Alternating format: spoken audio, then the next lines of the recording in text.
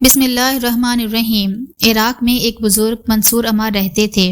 اس وقت عراق میں ان سے اچھا واز کرنے والا کوئی نہ تھا۔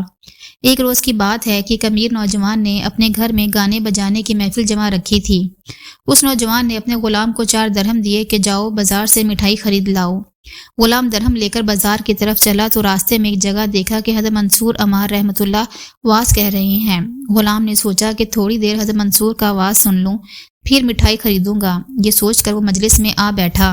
اس وقت حضرت منصور کے پاس ایک ضرورت مند درویش آیا ہوا تھا۔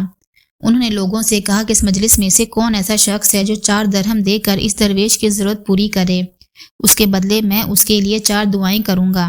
غلام نے اپنے جی میں سوچا کہ یہ 4 درہم جو میرے پاس ہیں کیوں نہ اس درویش کو دے دوں اور حضرت منصور سے 4 دعائیں کروا لوں۔ اس نے وہ 4 درہم درویش کے حوالے کر دیے۔ حضرت منصور نے خوش ہو کر غلام سے کہا بتاؤ تم کیا چاہتے ہو؟ غلام نے عرض کی حضور میں ایک امیر شخص کا غلام ہوں۔ پہلی دعا یہ کیجئے کہ اللہ تعالیٰ مجھے آزادی دے۔ دوسری دعا یہ کیجئے کہ اللہ تعالیٰ میرے مالک کو توبہ کرنے اور نیک بننے کی توفیق دے۔ تیسری دعا یہ کیجئے کہ مجھے ان 4 درہموں کے بدلے میں 4 درہم اور مل جائیں۔ چوتھی دعا یہ کیجئے کہ اللہ تعالیٰ مجھ پر اس مجلس میں بیٹھے ہوئے تمام لوگوں پر اور میرے مالک پر اپنی رحمت کرے۔ حضرت منصور رحمۃ اللہ نے غلام کے کہنے کے مطابق 4 دعائیں کی۔ اس کے بعد غلام نے اپنے مالک کے گھر کی راہ لی۔ امیر نوجوان نے جب دیکھا کہ غلام اتنی دیر لگا کر آیا ہے اور مٹھائی بھی نہیں لایا تو غصے سے کہنے لگا اتنی دیر تم نے کہاں لگا دی؟ مٹھائی کیوں نہیں لائے؟ غلام نے تمام قصہ بیان کیا۔ یہ سن کر نوجوان کو مٹھائی کا بالکل خیال نہ رہا۔ وہ کہنے لگا وہ کیا دعائیں ہیں جو تم نے حضرت منصور رحمۃ اللہ سے کرائی ہیں؟ ذرا مجھے بھی تو بتاؤ۔ غلام نے عرض کی میری پہلی دعا تو یہ تھی کہ اللہ تعالیٰ مجھے آزادی عطا فرمائے۔ دوسری دعا یہ تھی کہ اللہ تعالیٰ آپ کو توبہ کرنے اور نیک بننے کی توفیق عطا فرمائے۔ تیسری دعا یہ تھی کہ اللہ تعالیٰ مجھے ان 4 درہموں کے بدلے میں 4 درہم اور عطا کرے۔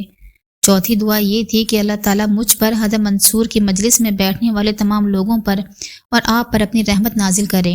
نوجوان کا یہ سننا تھا کہ ایک دم اس کی حالت بدل گئی۔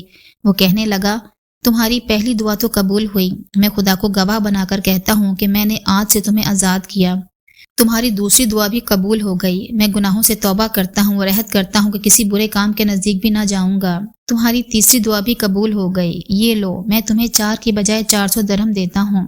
تمہاری چوتھی دعا میرے اختیار میں نہیں، جو کچھ میرے اختیار میں تھا وہ میں نے کر دیا۔ نوجوان نے غلام کو آزاد کر کے 400 درہم کی تھیلی دے کر رخصت کر دیا۔ رات کو اس نے خواب میں غیب سے ایک آواز سنی جو کہہ رہی تھی کہ اے نوجوان جو کچھ تیرے اختیار میں تھا وہ تو نے کر دیا، اب جو کچھ ہمارے اختیار میں ہے ہم اسے کرتے ہیں۔